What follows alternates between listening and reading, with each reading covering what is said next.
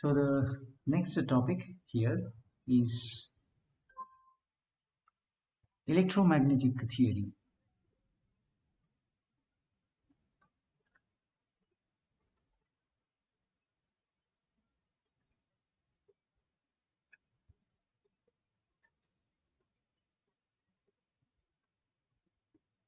Okay, this is electromagnetic theory. So basically, it's a part of physics that deals with the study of the behavior of charges in motion and interaction of the charges with matters, right? So we basically study the uh, behavior of charges in motion. First thing is that, and also we are going to study about the uh, interaction of charges with matter. All right, for which basically we need two things. First thing is a scalar and a vector quantity. We already have defined them several times in many other subjects, but right now we will restrict into the field. Okay, so first thing will be a scalar field. So let's look at what is a scalar field, right? It is a continuous scalar function giving a value of the quantity at each point, right? So scalar field uh, is basically represented by, it's a continuous function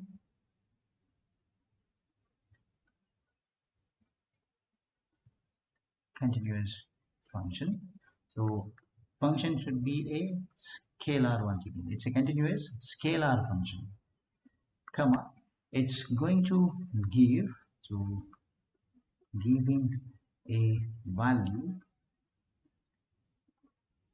of the defined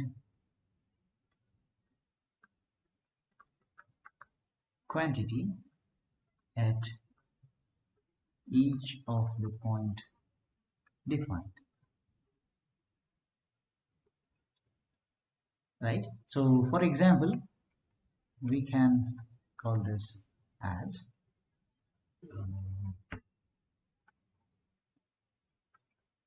the electric potential. Later on we're going to see why. Okay, so let's for the time being, let's just define this. Next is a vector field.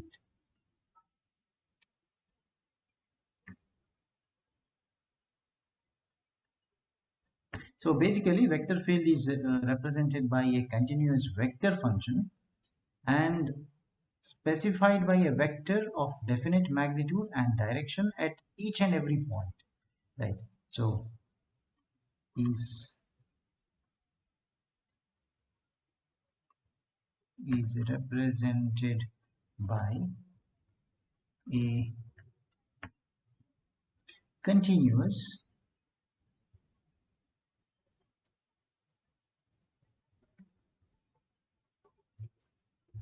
this is vector function,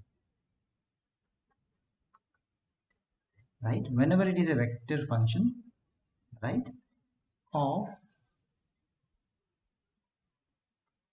definite magnitude, it should have a magnitude, specific magnitude that is known, and a direction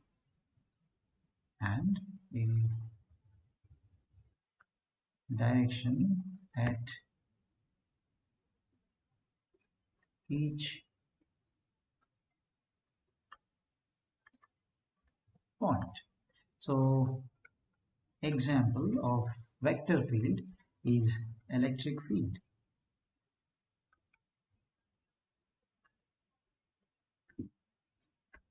So basically in this chapter we are going to look many functions that are related to the vectors of mathematics. So the first thing is that related to any scalar quantity, we have an operation that is called as a gradient of a scalar. So whenever we say that, say the phi of x comma y comma z, right, be a scalar quantity. Okay, I can say a scalar function in space.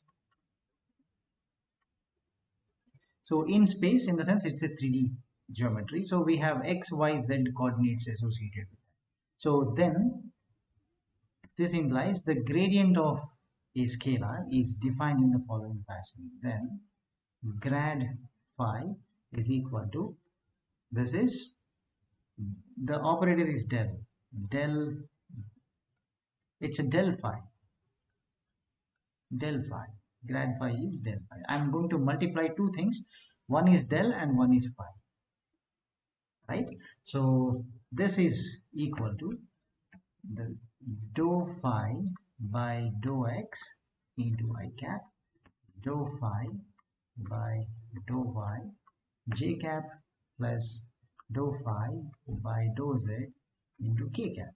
So this is the equation that one can use to calculate the grad phi.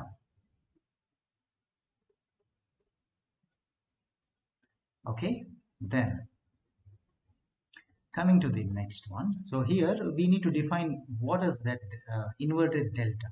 It's called as a gradient operator. So this delta is called as the gradient operator, right? And this delta is nothing but, as you can see, right, this is dou by dou x I cap, dou by dou y j cap plus dou by dou z k cap,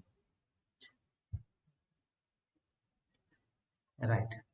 So always we need to remember one point here. So since you are multiplying by the del vector, the gradient operator, right, or del phi, it's very clear that the result is going to have I, j and k components.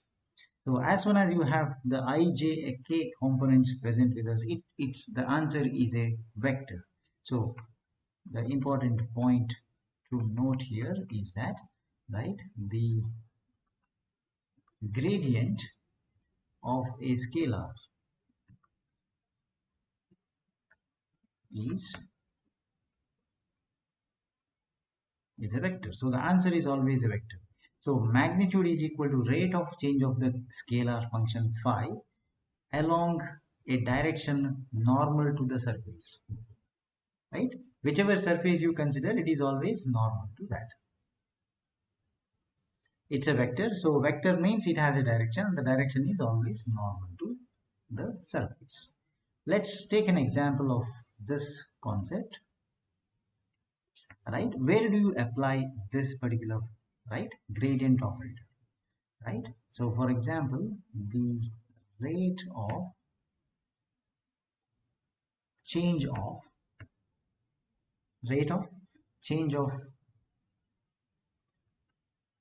electric potential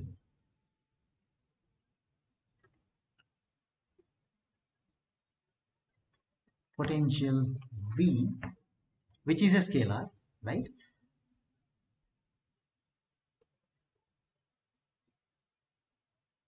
gives the electric field, that is, this result is a vector, right? So this implies, so E is vector, E is equal to, it is actually the negative, okay, because the direction is opposite, so that's why it is minus, right, del v. So we know that this has to be minus of dou v by dou x I cap plus dou v by dou y j cap plus dou v by dou z k cap, right? All right. So that's how we calculate this. This is the first application. Then we go to a second operator. The next operator is called as the divergence.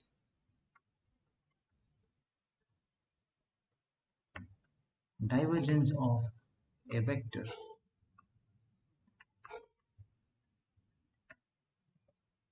Right. Now, at a particular point P, we always try to calculate the divergence.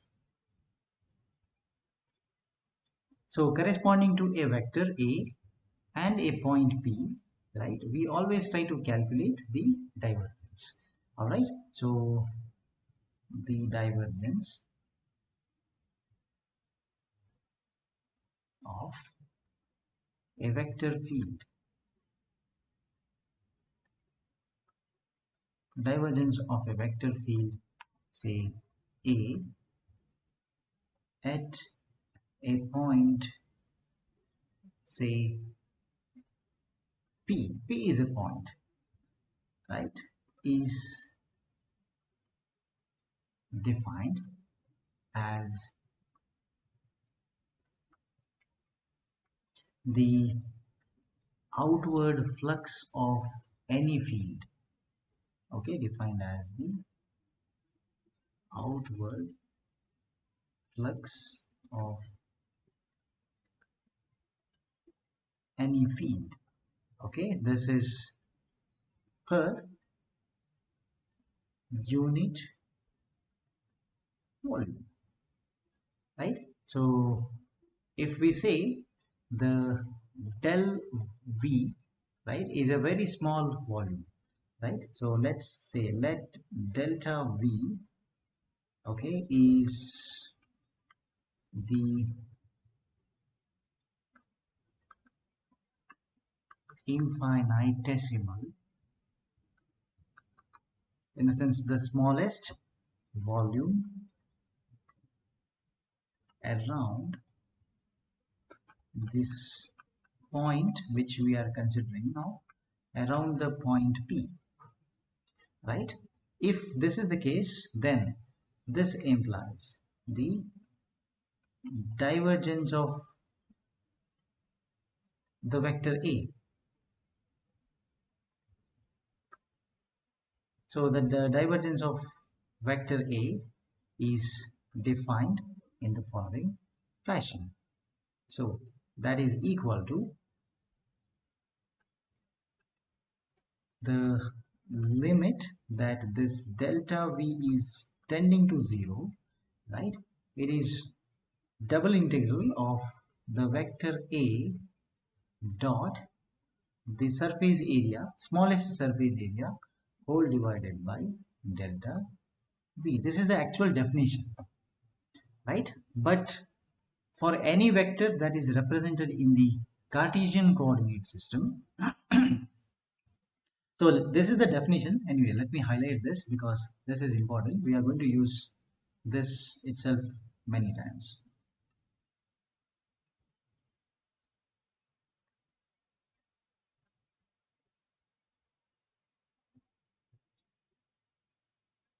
Right, this is the definition. If somebody asks what is divergence of a field, you can define in this way. But now we'll go for a simplified version that we are going to use in, right, the Cartesian coordinate system. If the vector A is defined in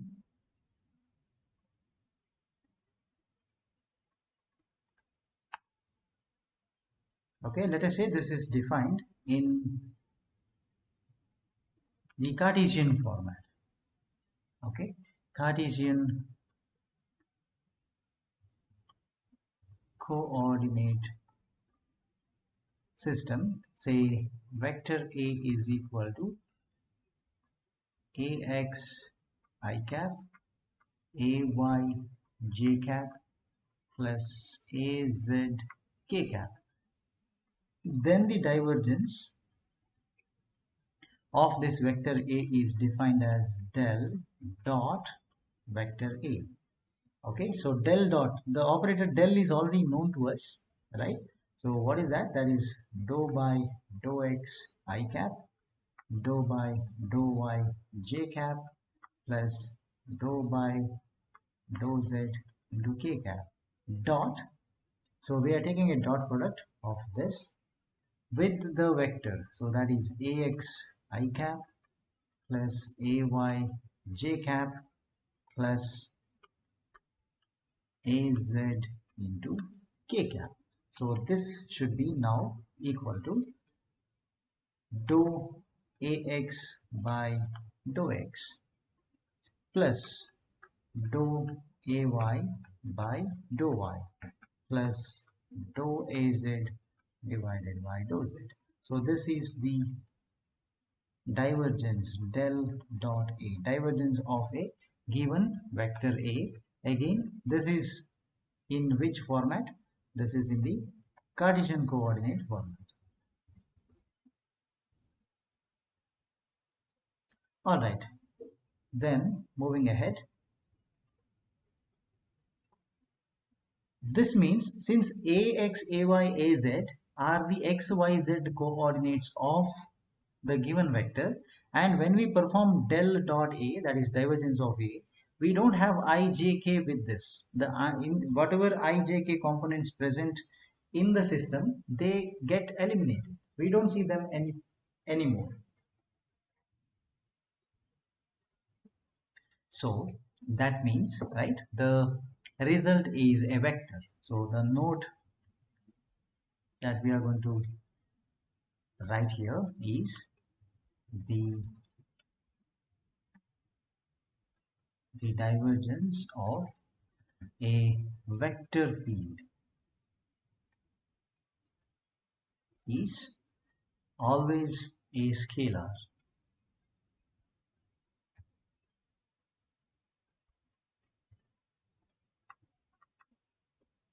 Is a scalar quantity. All right. So let us look at the physical significance. Right. For example, let us consider the fluid velocity. Right. If I take the divergence del dot V, where V is a fluid velocity, right, this is going to give you the quantity of fluid flowing out per second per unit volume at the given particular point. So if, let us say, the V is the fluid, this is an example, it's a fluid velocity, right? Then the del dot vector V gives the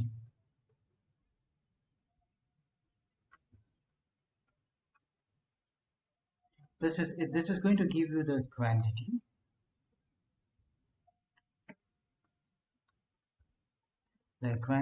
of fluid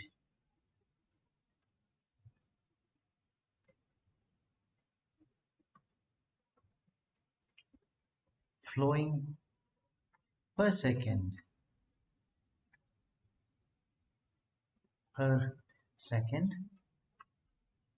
per unit volume, okay, at the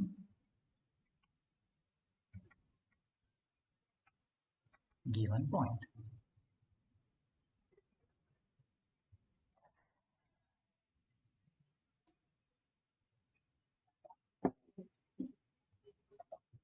All right, now this means we have, right, so whenever we get an answer, I know that it's a scalar quantity, and this scalar quantity can be positive or negative, right? So if this result, the del dot divergence of vector v, right, is negative, right, it means the fluid is flowing, right, towards the point. Okay, is negative implies fluid flow is towards the point. In the sense, you can have a sink located at that particular point. Okay, similarly, if the del dot v, divergence of v, is say positive, whenever this happens to be positive, the fluid is flowing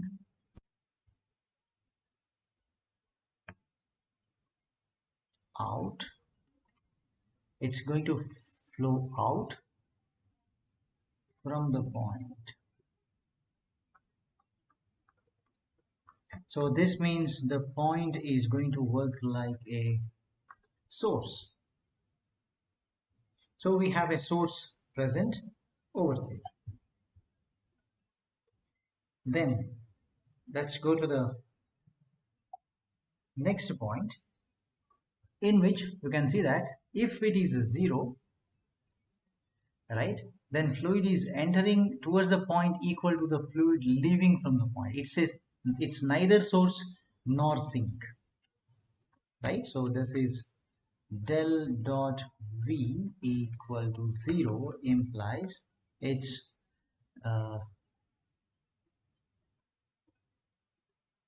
fluid entering equal to the fluid leaving the that particular point. Okay, leaving the point. So it indicates that it's not a sink, neither a source. All right. So there is another thing to note now, that is, if for any given vector del dot a, that is divergence of that particular field vector a, is 0, this implies the vector a is, right, a solenoidal, is a solenoidal field.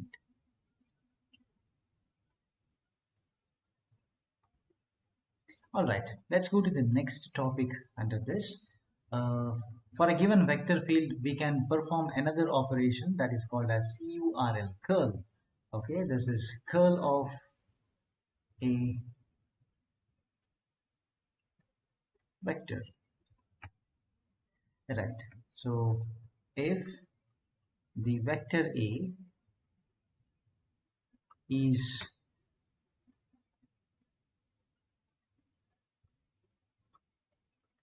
vector field at a point, say P, with the delta S is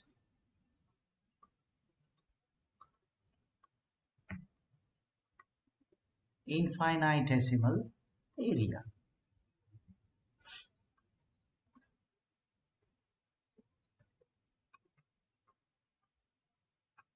Around the point P, then so the curl is defined in this way. So curl of vector A is also defined as, this is del cross vector A.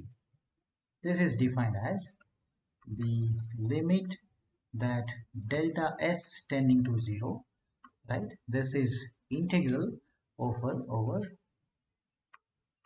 vector A dot dl whole divided by the delta S. So again, this is the equation that we are going to use to find out the required curl of any given vector.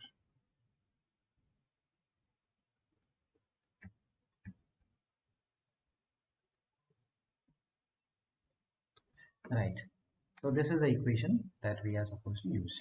But now in a Cartesian coordinate system, this can be modified.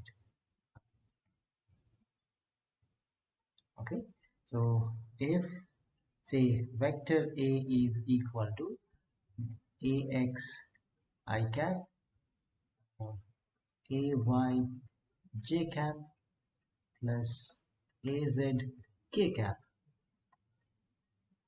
then right, the del cross vector A is defined in the following notation. So it's a determinant I j k followed by this is dou by dou x, dou by dou y, dou by dou z into ax. Sorry, it has no cap because it's a component, not a unit vector. Ax, ay, az. Like this, we can calculate the curl of any given vector field. Right, now curl of a vector field is going to be another vector, right? Because you see that the determinant is going to multiply by I, j, k for different terms, right? So the note here is about whether the curl of a vector is scalar or vector. So just remember, curl of a vector is also a vector. Right, now when I say it's a vector, so the result also should be of some direction, correct? So there should be a direction and some magnitude associated with this. Okay, so this means, right, the direction of this resultant vector is normal or perpendicular. Okay, normal to the area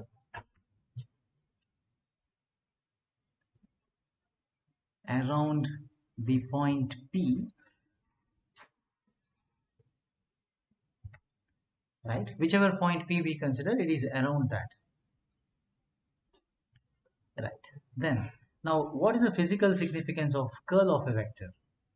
Right, this is actually going to provide you the maximum possible value of circulation of a field per unit area as the area shrinks to zero at a given particular point. In the sense, when you try to reduce the area to smallest possible or close to zero, the curl provides you the maximum value of circulation of that particular field per unit area, right? So the curl provides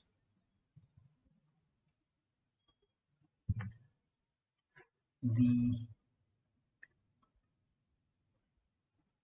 maximum value,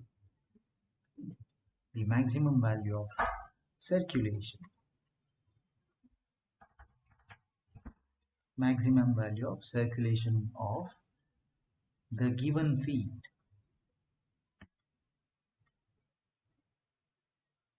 per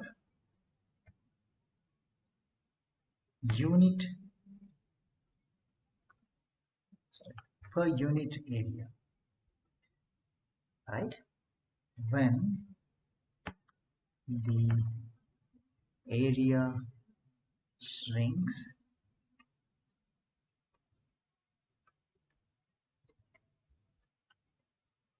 towards zero, right, at the given point.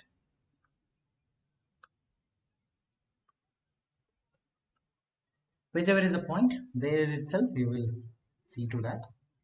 It's reduced to zero, close to zero, area is close to zero, and what should be the maximum circulation of the given field. This is what we're going to find there, right? For example, when a current is passed through the straight conductor, the magnitude field curls around the conductor, right? So that is denoted by curl of the H, right? So for this is, let's give an example, right? If I is the current in a straight conductor,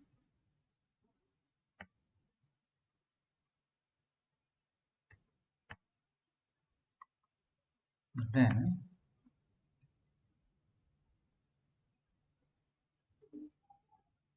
the magnitude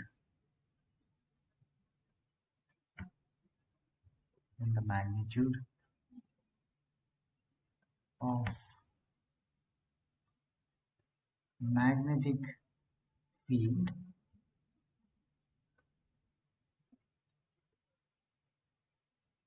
around the conductor BH. This implies the curl of this vector H denotes